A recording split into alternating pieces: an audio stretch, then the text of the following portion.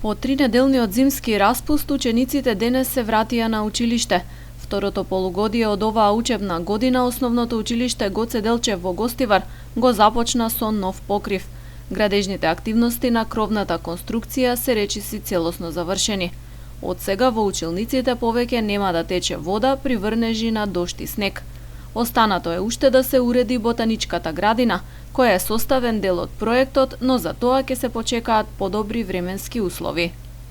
Именно горниот дел е веќе покриен, така да оние стандардни проблеми кои што години наназад ги имавме со протекување веќе ги немаме.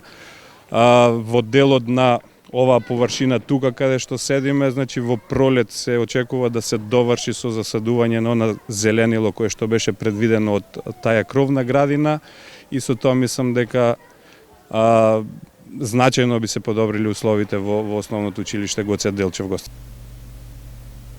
Во врска со стартот на второто полугодие, градоначалникот Арбен Таравари изјави дека наставата започнала навреме и во сите училишта на гостиварското подрачје е обезбедено грејење. Се е организирано, се е како што треба и кровот на училиштето Гоце Делчев е средено, веќе немаме услови во училиштата како што беше претходно.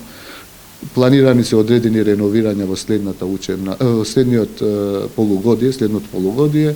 За жал, учениците албанци пак ќе почнат без книги или со книги кои што во внатрешноста имаат содржина која што е скандалозна.